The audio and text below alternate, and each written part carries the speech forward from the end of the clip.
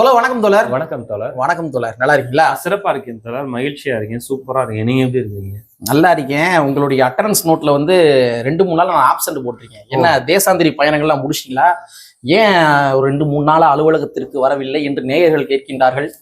நிறைய பேர் எனக்கு அல்வா கொடுத்தாங்க, நானும் அவங்களுக்கு அல்வா கொடுத்துட்டு வந்திருக்கேன். நீங்க எனக்கு அல்வா கொடுத்துட்டீங்க. நேற்று வாரேன்னு சொல்லிட்டு தோழர் வந்துட்டேன் தோழர், இந்த கிட்ட கொண்டேன் தோழர், இந்த 1 கிலோமீட்டர் தான் தோழர், இந்த 1/2 கிலோமீட்டர் சொல்லி நேற்று சொல்லி எனக்கு மிகப்பெரிய அல்வா தூக்கி கொடுத்துட்டீங்க. அல்வா கொடுக்கல தலைவா, வேலை வெட்டி இருந்துச்சு, அதனால கொஞ்சம் டைமிங் மிஸ் ஆயிடுச்சு. நேத்தே வந்து இந்த கான்செப்ட் எழுதி வச்சிருந்தேன், இந்த டாபிக் நம்ம பேசணும் எழுதி வச்சிருந்தேன். நீங்க வராதனாலதான் இந்த டாபிக் நான் பேச முடியல. சரி, இன்னைக்கு இந்த டாபிக் நம்ம பேசிடுவோம். சரிங்களா? ரொம்ப ஒரு முக்கியத்துவம் வாய்ந்த ஒரு டாபிக் தோழர். அதாவது காங்கிரஸ் கட்சிக்கு விஜய் அவர்கள் மீண்டும் சிக்னல் கொடுத்துள்ளார். ஓ, அப்படி எடுத்துக்கலாமா? ஆமா, உண்மையாவே இது வந்து அப்படி எடுத்துக்கலாம்ல, அப்படிதான் இதை வந்து பார்க்க முடிகின்றது. மீண்டும் ஒரு சிக்னல் கொடுத்திருக்கிறாரு. இந்த சிக்னல் என்பது 2026ல கூட்டணி அமையுமா அமையாதா, இது மாதிரி பல்வேறு வகையான கோணங்கள்ல நம்ம விவாதிக்க வேண்டிய தேவை இருக்கு. குறிப்பாக சிறுபான்மை மக்களுடைய வாக்குகளை விஜய் அவர்கள் கைப்பற்றுகின்றார் அப்படின்ற மாதிரி ஒரு சில தரவுகள் வெளியாயிருக்கின்றது. சோ அந்த மேட்ரு என்ன, அதற்கு பின்னாடி இருக்கிற அரசியல் என்பதனை இந்த காணொலியில கொஞ்சம் டீட்டெயிலா பார்த்தலாம். சரிங்களா? நண்பர் அனைவருக்கும் உரிமைக்கால் மலைக்காட்சியின் சார்பாக இனிய வணக்கம்.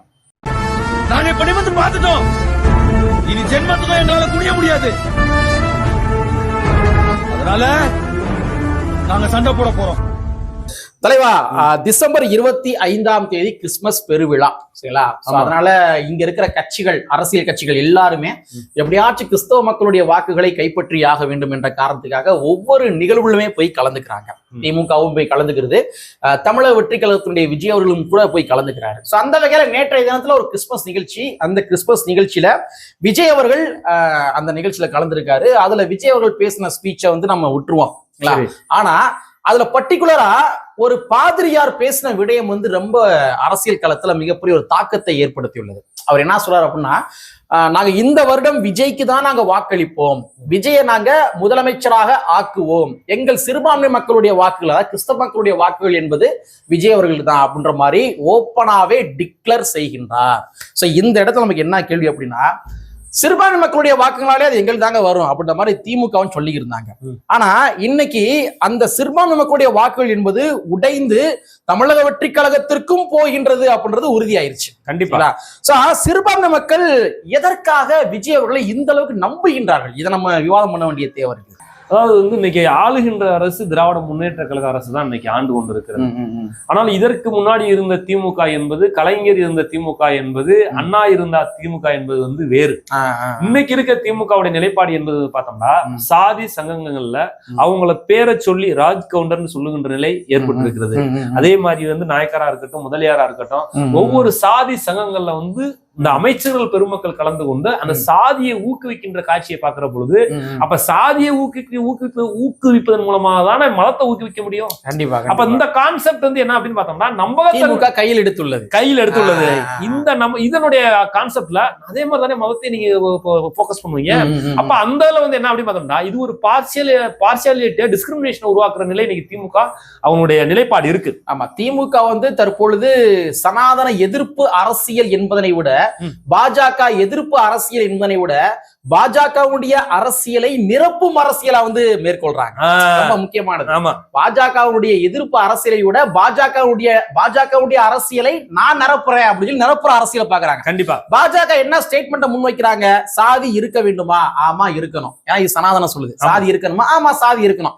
அப்ப நீங்க சொன்ன மாதிரி இங்க இருக்கிற முதலமைச்சர் அவர்களோ, துணை முதலமைச்சர் அவர்களோ, இல்லாட்டி வந்து இதர பின் அமைச்சர் குழுமக்களோ, அவங்களும் கூட சாதி சங்க மாநாடுகளில் போய் கலந்துகிட்டு அதை ஊக்குவிக்கிறாங்க. அப்ப பாஜக எதிர்ப்பு அரசியல் என்பதை விட பாஜக சிறை அரசியல் நான் செய்யறேன், என்ன விட்டு நீ போயிடாத, இந்த ஒரு கான்செப்ட் தான்.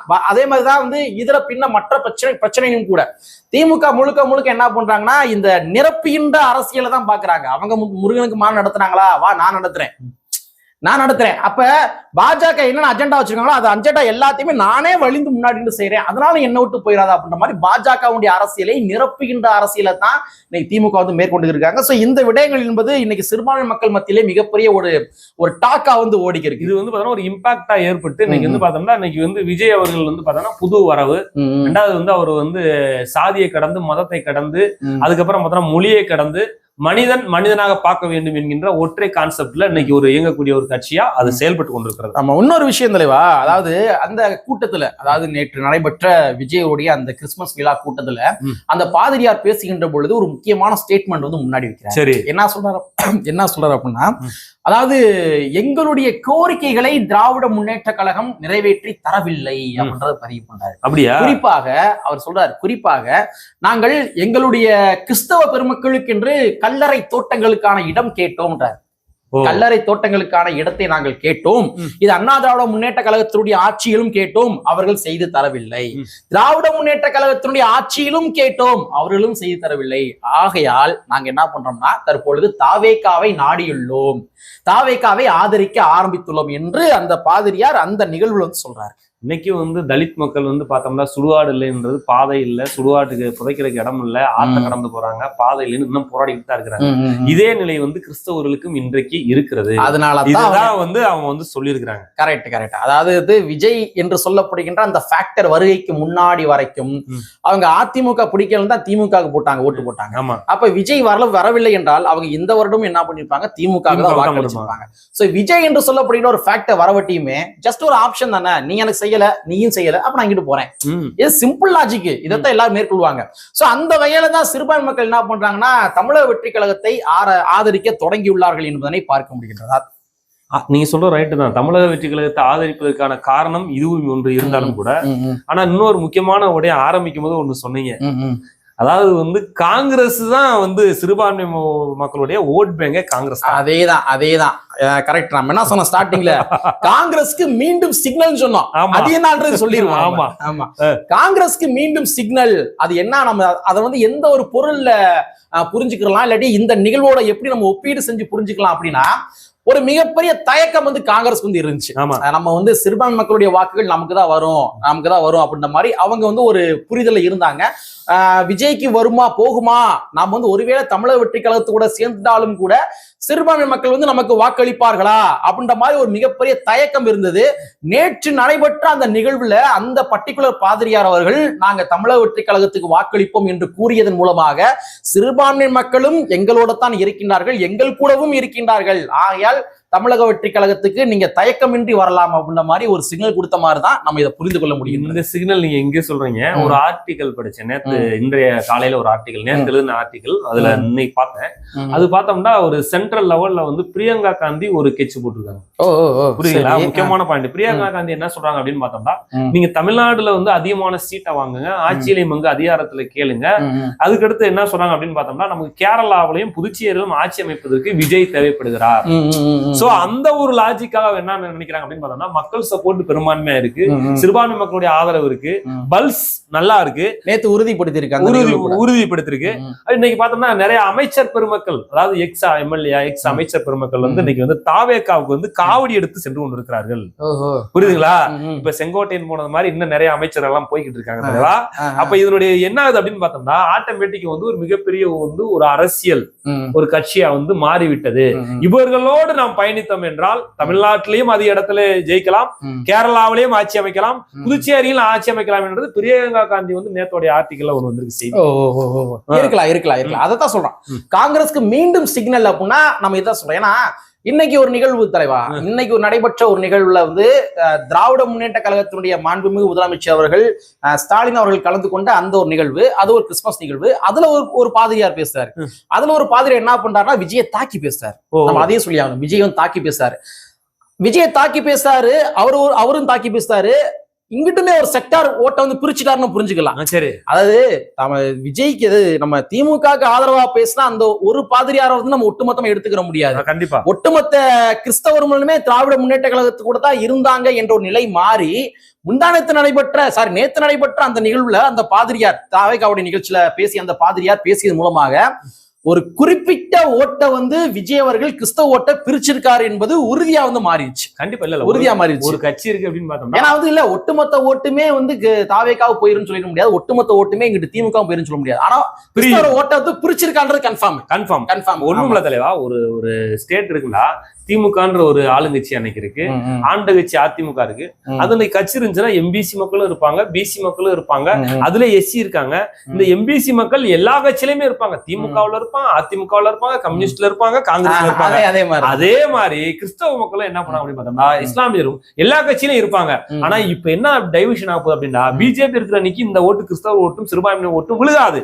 ஒண்ணு திமுகவுக்கும் தாவேகாவுக்கும் இரண்டா பிரியும். ஒருவேளை காங்கிரஸ் தாவேகாவோட இணைந்தால் 90% வாக்குகள் பெரியும் தாவேகாவுக்கு செல்லும், 10% வாக்குகள் திமுகவுக்கு செல்லும். ரொம்ப முக்கியமானது. ஆமா, அது கண்டிப்பா நடக்கும். ஏன்னா வந்து காங்கிரஸுக்கு ஒரு வகையா சிறுபான்மை மக்களுடைய வாக்குகள் இருக்குது, அது வந்து மாற்றுகிறது. ஆமா. அட் த சேம் டைம் வந்து இந்த பக்கம் பார்த்தோம்னா விஜய் அவர்கள் கூட கூட்டணி வைக்கின்ற பொழுது ஏறக்குறைய 90% வாக்குகள் வந்து புரிவதற்கான வாய்ப்பு இருக்கு. இன்னும் கிடையாது, இன்னைக்கு ஒரு நிகழ்ச்சி நடந்திருக்குது. இந்த நிகழ்ச்சியில வந்து தமிழக வெற்றி கழகத்தினுடைய நிர்வாகிகளும் அதே மாதிரி காங்கிரஸ் கட்சியின் நிர்வாகிகள் என்பதை விட எம்எல்ஏக்கள், எம்பிகள் 2 பேருமே என்ன பண்ணிருக்காங்கன்னா ஒருங்கிணைந்த ஒரு துண்டறிக்கை, அந்த துண்டறிக்கையோட நிகழ்ச்சி இன்னைக்கு நடைபெற்று கொண்டிருக்கின்றது. ஆனா அதுல வசந்த் இருக்கார் இல்லையா, வசந்த் அவர்கள் கலந்து கொள்ளவில்லை, இன்னொரு எம்பி வந்து கலந்து கொள்ளவில்லை. ஆனா ஏனைய எம்எல்ஏக்கள் கலந்துக்கிருக்காங்க. சரி, காங்கிரஸ் கட்சியினுடைய ஏனைய எம்எல்ஏக்கள் கலந்துக்கிருக்காங்க. அப்ப இன்னைக்கு நடைபெற்று கொண்டிருக்கின்ற அந்த நிகழ்வுல தமிழக வெற்றி கழகத்தினுடைய நிர்வாகிகளும் அதே மாதிரி காங்கிரஸ் கட்சியினுடைய நிர்வாகிகளும் ஒரு சேர ஒரே மேடையில கலந்துகிட்டு இருக்கிறாங்க. அப்ப இது வந்து அரசியல் களத்துல ரொம்ப முக்கியமாக பார்க்க வேண்டிய ஒரு விடயம். மீண்டும் மீண்டும் வந்து என்ன பண்றாங்கன்னா காங்கிரஸ் கட்சி டிமாண்டிங் ஆர் டிசைட் அரசியலை மேற்கொள்றாங்க. டிமாண்டிங்னா நான் தமிழக வெற்றி கழகத்துக்கு போறதுக்கு எனக்கு பாசிபிலிட்டிஸ் இருக்குது, நான் போகவும் தயாராகவும் இருக்கிறேன், பாத்துக்க, எனக்கு சீட் அதிகமா நீ கொடு, திமுக கொடு அப்படின்ற மாதிரி அந்த டிமாண்டிங் அரசியல். நீ தரலானா வந்து நான் டிசைட் பண்ணிட்டு நான் தாவேகாவோட போய்கிட்டே இருப்பேன் அப்படின்ற மாதிரி அந்த டிசைட் அரசியல். ஸோ டிமாண்ட் பிளஸ் டிசைட் அரசியல காங்கிரஸ் கட்சி வெல் பிளான்டா பாத்துக்கு இருக்கிறாங்க. அதாவது அரசியல்ல வந்து பார்கின் பண்றவன் தான் கெட்டிக்காரன்.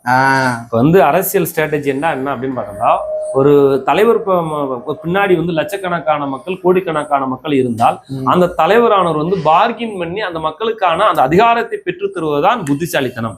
அரசியல் கட்சி தொடங்குவதற்கான காரணமே அதுதானங்க. அதுதான் அரசியல் கட்சி எது தொடங்குறோம், அதிக சீட்டு வாங்கணும், அதிகாரத்தை கைப்பற்றணும், அவ்வளவுதானே. எளிய மக்களுக்கு அதிகாரம், அவ்வளவுதானே காரணத்துக்கு அது அரசியல் தொடங்குறோம். அந்த இதுல வந்து பார்த்தோம்னா காங்கிரஸ் இன்னைக்கு வந்து ஒரு மிகப்பெரிய விஜய் ஒரு ஆப்ஷன் உருவானதுனால திமுகவுக்கு வந்து பயங்கர நெருக்கடி. காங்கிரஸ் வந்து திமுகவுக்கு பயங்கரமான அழுத்தத்தையும் நெருக்கடியும் கொடுத்து கொண்டிருக்கிறார்கள். எனக்கு வாய்ப்பு தரல அப்படின்னா போயிருவேன், நீங்க சொன்ன மாதிரி போயிருவேன்னு சொல்றாங்க அப்படின்னு மிரட்டி பாக்குறார்கள். திமுகவை மிரட்டி பாக்குறாங்க. நான் போயிட்டா சிறுபான்மை ஓட்டு போயிடும், நான் போயிட்டா என் முன்னாடி இந்த 4 கட்சி வரும். ஆல்ரெடி 10 பேர் போயிட்டாங்க சிறுபான்மை. பாத்துக்க நேத்து நடந்த நிகழ்வு. ஆமா, சரி, நம்ம இதுல கூடுதலா ஒரு விஷயத்தை பேசி அமைந்தா, அதாவது கிறிஸ்தவர்கள் மட்டும் கிடையாது, கிறிஸ்தவர்கள் வந்து அதை சொன்னாங்களே, ஸ்டேட்மெண்ட் சொன்னாங்க இல்லையா, நாங்க வந்து அதிமுகவை பேசி பார்த்தோம், திமுக பேசி பார்த்தோம், திமுகவும் செய்யவில்லை என்ற காரணத்துக்காக தான் நாங்க தாவேகாவை தேர்ந்தெடுக்கிறோம் சொன்னாங்க. பாத்தீங்களா, இங்க வந்து கிறிஸ்தவர்கள் மட்டும் அந்த கேட்டகரியை வச்சு பார்க்க முடியாது. இன்னும் நிறைய கேட்டகரி வந்து இதே ஒரு ஐடியாலஜி தான் இருக்கிறாங்க, இதே சேம் பேட்டர்ன்ல தான் இருக்கிறாங்க. அதாவது வந்து தூய்மை பணியாளர்கள் அதிமுகவை நம்பினார்கள், ஏமாந்தார்கள். திமுகவை நம்பினார்கள், ஏமாந்தார்கள். தற்பொழுது தாவேகாவிற்கு போவதற்கு பாசிபிலிட்டிஸ் இருக்குது. இப்ப சொன்னீங்க முக்கியம். ஏன்னா இன்னைக்கு ஆதவ அர்ஜுன் கூட பார்த்தோம்னா தூய்மை பணியாளர் போராட்டத்திலையும் அவருடைய கான்ட்ரிபியூஷன் இருக்கு, செவிலியர் போராட்டத்திலையும் ஆதவ அர்ஜுனுடைய கான்ட்ரிபியூஷன் இருக்கு. தூய்மை பணியாளர்கள் என்ன, அதாவது இன்னைக்கு கிறிஸ்தவர்கள் என்ன ஸ்டாண்ட் எடுக்கிறாங்களோ அதே ஸ்டாண்ட் தான் தூய்மை பணியாளர்கள் எடுப்பதற்கான பாசிபிலிட்டிஸ் இருக்கு. கண்டிப்பா செவிலியர்களும் அதே தான். ஆமா, செவிலியர்களும் அதை தான் முன்மொழிகிறாங்க. நாங்க அதை அதிமுகவை நம்பினோம், ஏமாந்தோம், திமுகவை நம்பினோம், ஏமாந்தோம். தற்பொழுது தாவேகாவிற்கு போறாங்களோ இல்லையோ இவங்களே புடிச்சு தள்ளி விட்டுறாங்க உங்களுக்கு. ஏன்னா அவங்களுடைய போராட்டத்தை அலட்சியப்படுத்துவதன் மூலமாக இவங்களே புடிச்சு தள்ளி விட்டுறாங்க. எந்த ஒரு கூட்டு பேச்சுவார்த்தை பண்ணி அவங்களுக்கான ஒரு சின்ன ஒரு விடயத்தை கூட பண்ண முடியாத போது என்ன அப்படின்னு பார்த்தோம்னா, அவங்க இருக்கக்கூடிய திமுக காரங்க எப்படி அவங்களுக்கு ஓட்டு கேட்க முடியும்? அந்த தொழிற்சங்கத்துல இருந்து எப்படி ஓட்டு போடுவாங்க? அப்ப வந்து ஆட்டோமேட்டிக்கா வந்து அவங்களே வந்து பேக் அடிக்கிறதுக்கான வாய்ப்பை இன்னைக்கு திமுக உருவாக்கி ஏற்படுத்தாங்க. திமுக மட்டும் இல்ல, கூட்டணி கட்சி இருக்கக்கூடியவங்க அது இருக்கிறாங்க இல்லையா, தொழிலாளர் இருக்காங்க இல்லையா, அவங்களும் பேக் அடிக்கக்கூடிய வாய்ப்பு இன்னைக்கு ஏற்பட்டிருக்கிறது. அதேதான். அடுத்து அது மட்டும் கிடையாது, போக்குவரத்து ஊழியர்கள் இருக்காங்க, அவங்களும் போராட்டங்கள் நடத்தி கொண்டிருக்கின்றார்கள். அதே மாதிரி பார்த்தோம்னா இது ஜாக்டோஜி அமைப்பை சார்ந்தவர்கள் வந்து போராட்டத்தை அறிவித்திருக்கின்றார்கள், அரசு ஊழியர்கள். ஆமா, அறிவித்திருக்கின்றார்கள். அப்ப ஜாக்டோஜியோ அதே மாதிரி வந்து இன்னும் இதுல பின்ன ஒவ்வொரு செக்டார்ல இருக்கிற பீப்புள்ஸ் எல்லாமே, அப்ப இவங்களுடைய ஒட்டுமொத்தமான ஒரு கோர் ஐடியாலஜி என்னவாக இருக்கின்றது, கோர் பார்வை என்னவாக இருக்கின்றதுன்னு பார்த்தோம்னா, நாங்க அதிமுகவை தேர்ந்தெடுத்தோம், அதிமுக எங்களை ஏமாற்றி விட்டது. அடுத்து திமுகவை தேர்ந்தெடுத்தோம், திமுகவை எங்களை ஏமாற்றி விட்டது, கொடுத்த வாக்குறுதி நிறைவேற்றவில்லை.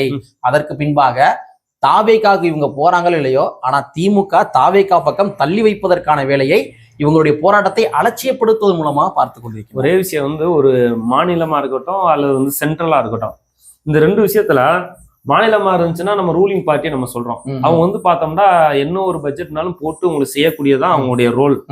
ஆனா அந்த அரசாங்கம் இருக்கு இல்லையா, அந்த அரசாங்கத்துல வரக்கூடிய செக்டார் அரசு ஊழியர்களுக்கு வந்து தீர்மானிக்கக்கூடியது, செய்யக்கூடியது, அதுக்கு பிளான் கொடுக்கறது, இதை செய்யுங்க அப்படின்னு சொல்றது வந்து அந்த சட்டசபை தான், அந்த முதலமைச்சர் தான் தீர்மானம் போட்டு செய்ய முடியும். ஆனா அவங்களுக்கான அந்த நிர்வாகத்தில் வேலை பார்க்கக்கூடிய அந்த அரசாங்கத்துறையில் பணியாற்றக்கூடிய டெம்பரவரியா இருக்கட்டும், ரெகுலரா இருக்கட்டும், அவங்க என்னென்ன கிரீவன்ஸ் கேட்கிறாங்களோ அதை எதுவுமே செவிசாய்க்க. இது ஒரு ஆபத்தான போக்கு. இது அப்படியே தாவேகாவுக்கு மாறுகின்ற நிலையை திமுகவை வலிந்து தள்ளி ஊறுகிறான். ஆமா, அதான் நம்ம சொல்றோம். இத வந்து தாவேகா வந்து காயின் பண்றான். அவங்க வந்து பார்த்தோம்னா ரொம்ப காயின் பண்ண ஆரம்பிச்சிட்டாங்க. இல்ல ரொம்ப அழகா வந்து இந்த போராட்டத்துல கூட முக்கியத்துவமா ஒண்ணு புஷி ஆனந்த் கலந்துக்கிறாரு, இல்ல ஆதவ் அர்ஜுன் வந்து இந்த போராட்டத்திலே பேசி அவங்களுக்கு என்ன செய்யணும் அப்படின்ற விஷயத்த, அந்த விஷயத்துல வந்து ஒரு போராட்டக்காரரா ஆதவ் அர்ஜுன் அதுல கலந்து கொள்கிறார் என்பதுதான் இங்க வந்து மிகப்பெரிய ஆபத்து. திமுக அதான் திமுக இவரு கலந்து கொண்ட விளைவா வந்து அந்த மக்களுடைய நம்பிக்கை பெறுகிறார், அந்த அரசு ஊழியருடைய நம்பிக்கை பெறுகிறார், தூய்மை பணியாளருடைய நம்பிக்கை பெறுகிறார், செவிலியருடைய நம்பிக்கை பெறுகிறார், அரசு ஊழியருடைய நம்பிக்கை பெறுகிறார், ஜாக்டோ ஜியோவுடைய நம்பிக்கை பெறுகிறார். இந்த நம்பிக்கை பெறுவதன் மூலமா வந்து திமுகவுக்கு பேரடி விழுவதற்கு வாய்ப்பு இருக்குது. அதாவது வந்து இது வந்து திமுகவே வலிந்து அந்த மக்களை தள்ளி வைக்கின்றார்கள் என்றுதான் நம்ம புரிந்து கொள்ள முடியுது. சோ அந்த மாதிரி தமிழக வெற்றி கழகம் காங்கிரஸ் கட்சிக்கு சிக்னல் கொடுத்திருக்கின்றார்கள். நாங்க வந்து சிறுபான்மை மக்கள் எங்களோட தான் இருக்கிறாங்க, கிறிஸ்தவர் எங்களோட தான் இருக்கிறாங்க பாருங்க அப்படின்றத அவங்க வந்து ஒரு சிக்னல் மாதிரி தான் கொடுத்திருக்காங்க என்பதாகத்தான் நாம் புரிந்து கொள்ள முடிகின்றது. சோ காங்கிரசுமே ஒரு தீர்க்கமான முடிவெடுப்பதற்கு இந்த நிகழ்வு என்பது ஒரு முக்கியத்துவம் வாய்ந்த ஒரு நிகழ்வாக பார்க்கப்படுகின்றது. அதுக்கடுத்தபடியாக சொன்ன மாதிரி வந்து இங்க ஒவ்வொரு போராட்டக்காரர்கள் இருக்காங்க இல்லையா, அந்த போராட்டக்காரர்களுடைய போராட்டங்களை திமுக அரசாங்கம் கண்டு கொள்ளாததன் மூலமாக இங்க இருக்கிற சிறுபான்மை மக்கள், கிறிஸ்தவ மக்கள் என்ன ஒரு பேட்டர்ன் எடுக்கிறாங்களோ, ஏடிஎம்கே, டிஎம்கே, அடுத்து தாவேகா அப்படின்னு ஒரு பேட்டர்ன் எடுக்கிறாங்களோ, இதே பேட்டர்ன் வந்து இந்த போராட்டக்காரர்கள் மத்தியிலும் புழக்கத்தில் போவதற்கான வாய்ப்புகள் இருக்குது. திமுக இந்த வாக்குகளை இழப்பதற்கான வாய்ப்புகள் இருக்குது. ஸோ 4.25 வருஷம் ஆகி போச்சு. ஆனாலும் கூட இதை செய்வாங்களா அப்படின்றது மிகப்பெரிய டவுட். செஞ்சாலும் கூட 4.25 வருஷம் கடந்து நீங்க செய்வீங்க, நாங்கள் நம்பிக்கிட்டு இருக்கணுமான்ற மாதிரி அந்த ஒரு மென்டாலிட்டி கொண்ட மக்களும் கூட இருப்பார்கள். அதனால இந்த வாக்குகள் என்பது பெருமளவுக்கு திமுக சரிவது என்பது கிட்டத்தட்ட உறுதியாகத்தான் நாம் பார்க்க முடிகின்றது. பார்ப்போம், முடிஞ்ச அளவுக்கு இந்த போராட்டக்காரர்களுடைய கோரிக்கையில் நிறைவேற்றி தந்து குறைந்தபட்ச வாக்குகளையாச்சும் திமுக தக்க வைப்பார்களா என்பதனை பொறுத்திருந்து பார்ப்போம் என்பதனை கூறிக்கொண்டு, கற்பி ஒன்று சேர் புரட்சி செய்கின்ற புரட்சியாளர் அம்பேத்கருடைய வரியை கூறிக்கொண்டு நிறைவு செய்கின்றோம். நன்றி, வணக்கம்.